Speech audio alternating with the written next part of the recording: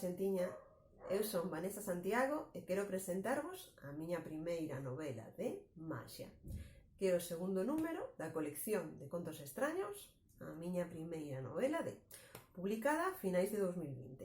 É unha colección dirixida á rapazada arredor dos 11 anos, pero que pode gozar lendo xente como a min que desfruta de historias dirixidas a público de calquera idade.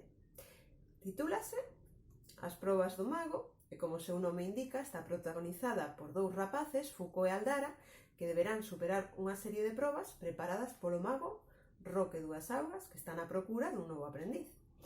Nelas vanse atopar mouras, xeroglíficos, seres fabulosos e, para poder sair con ben delas, terán que atopar a súa maxia interior. Unha maxia que está moi relacionada cos 4 elementos clásicos da natureza: aire, auga, terra e lume.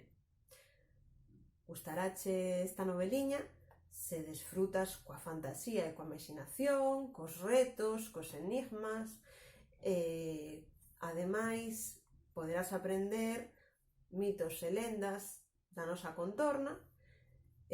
Con todo iso, teño a esperanza de que poidas atopar, como Foucault e Aldara, a túa propia maxia interior.